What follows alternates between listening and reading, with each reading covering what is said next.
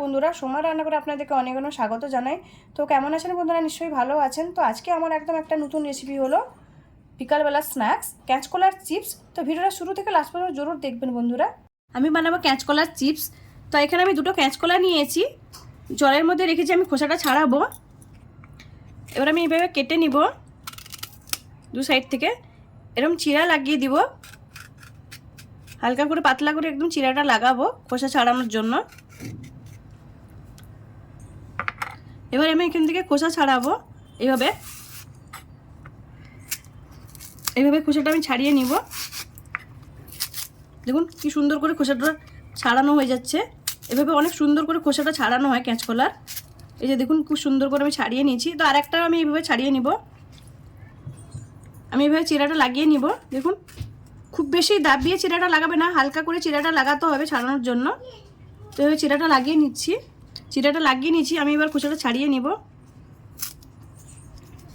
দেখুন খুব সুন্দর করে ছাড়িয়ে নিলাম কলার খোসাটা। এই যে দেখুন কি সুন্দর করে উঠে যাচ্ছে খোসাটা। দেখুন আমি খুব সুন্দর করে দুটো কাঁচকলার খোসা ছাড়িয়ে নিয়েছি। আমি কাঁচকলাটাকে কেটে নিব। আমি পাতলা পাতলা করে আমি চাকুতে কাটছি, আপনারা চাইলে গ্রেটারেও কাটতে পারেন। তো এইভাবে আমি একদম পাতলা পাতলা করে চাকুতে এইভাবে কেটে নিচ্ছি হাতের মধ্যেই। দেখুন আমি সবগুলো কেটে নিয়েছি, একদম এক সমান করে সব কাটা হয়েছে, একদম পাতলা পাতলা করে। দেখুন কত সুন্দর করে কেটে নিয়েছি। এখানে আমি অল্প করে হলুদের গুঁড়ো দিব জলের মধ্যে। এটাকে একটু ভালো করে এভাবে ভিজিয়ে রাখবো 5 মিনিট হলুদের জলে কাঁচকলাটাকে। 5 মিনিট হয়ে গেছে, তো আমি এটাকে ছেনে নিব। আমি কাঁচকলাটা ছেনে নিয়েছি। দেখুন এদিকে আমি তেলটাও বসিয়ে দিয়েছি। তেলটা আমার গরম হয়ে গেছে, আমি চিপসগুলো দিয়ে দিব। এইভাবে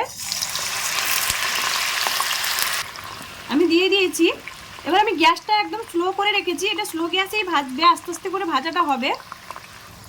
এবার আমি উল্টে দিব চিপসটাকে। দেখুন এভাবে উল্টে দিয়েছি আমি সবগুলো।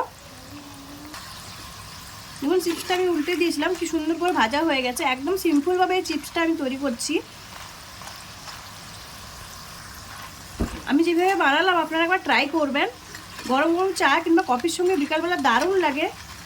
চিপসটা হয়ে গেছে, দেখুন কি সুন্দর করে ভাজা হয়ে গেছে। আমি এটাকে নামিয়ে নিচ্ছি। বাকি চিপসগুলো আমি এইভাবে ভেজে নিব।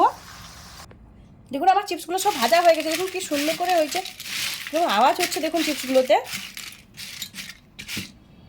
এবার আমি উপর থেকে একটু লাল লঙ্কার গুঁড়ো দিয়ে দিচ্ছি, অল্প করে আমি নুন দিয়ে দিচ্ছি।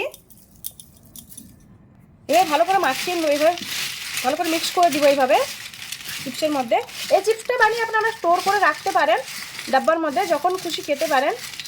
দেখুন কাঁচকলার চিপসগুলো কি সুন্দর করে হয়েছে। আমার কাঁচকলার চিপসগুলো সব রেডি হয়ে গেছে। তো আমার এই রেসিপিটা যদি ভালো লাগে লাইক করুন, শেয়ার করুন, সাবস্ক্রাইব করুন, আর আমাকে কমেন্ট করে জানান আমার কাঁচকলার চিপসের রেসিপিটা কেমন লাগলো। ধন্যবাদ বন্ধুরা, ভালো থাকেন।